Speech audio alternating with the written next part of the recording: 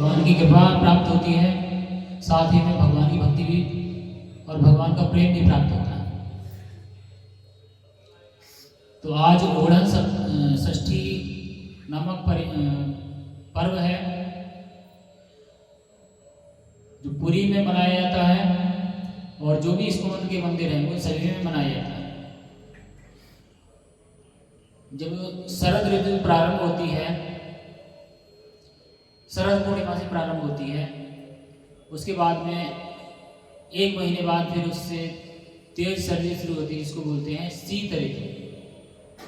अभी जो चल रहा है शीत ऋतु प्रारंभ हो गया। तो शीत ऋतु प्रारंभ होता है तो हम उस ठंड को बर्दाश्त नहीं कर पाते हैं, हम गर्म कपड़े निकालते हैं और गर्म कपड़े पहनना प्रारंभ करते हैं।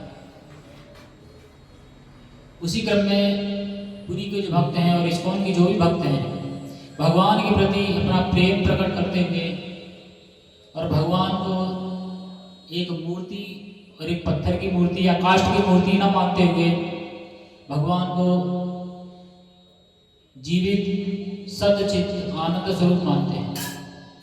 इसलिए जैसे एक हम इंसानों को सर्दी, गर्मी, भूख, प्यास जिन चीज़ों का एहसास होता है वो सभी काम भगवान के लिए भी करते हैं।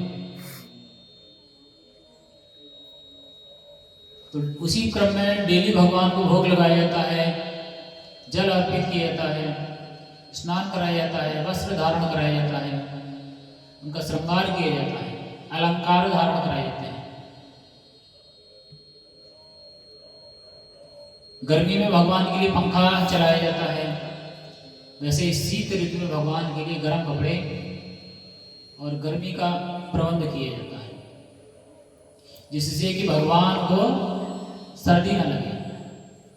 उसी क्रम में आज पुरी में बहुत बड़ा उत्सव मनाया जाता है और भगवान को गर्म कपड़े धारण कराए जाते हैं, नवीन वस्त्र धारण कराए जाते हैं। तो आपने अगर ध्यान दिया होगा तो भगवान के विग्रह पर तो भगवान आज गर्म कपड़े धारण किए हुए हैं। कुछ माताओं ने कहा है कि हम कुछ गर्म कपड़े बना के लाएंगे और भगवान के कपड़ों का साइज भी लेकर गई है। और जो भक्त भगवान की सेवा करना चाहते हैं वो आज से लेकर मकर संक्रांति तक आप भगवान को गर्म कपड़े धारण करा सकते हैं। जैसे भी आपकी क्षमता है, आप बनाना जानती हैं तो आप बनाकर ला सकती हैं। आपको खरीदने की क्षमता है तो आप खरीद कर मंगा सकती हैं। साइज आपको उपलब्ध करा दिया जाएगा।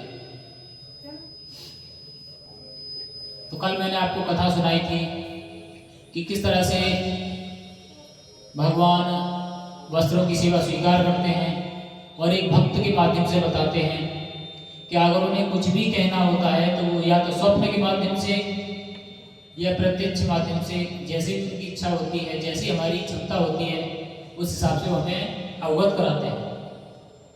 यह भी उनकी इच्छा हुई तो उन्होंने किसी न किसी माध्यम से हमें अवगत कराया कि हमें ठंडी लग रही है, सर्दी लग रही है और हमें गर्म वस्त्र धारण करना है। तो जैसे ही हमें पता लगा हम लोगों ने प्लानिंग किया और आज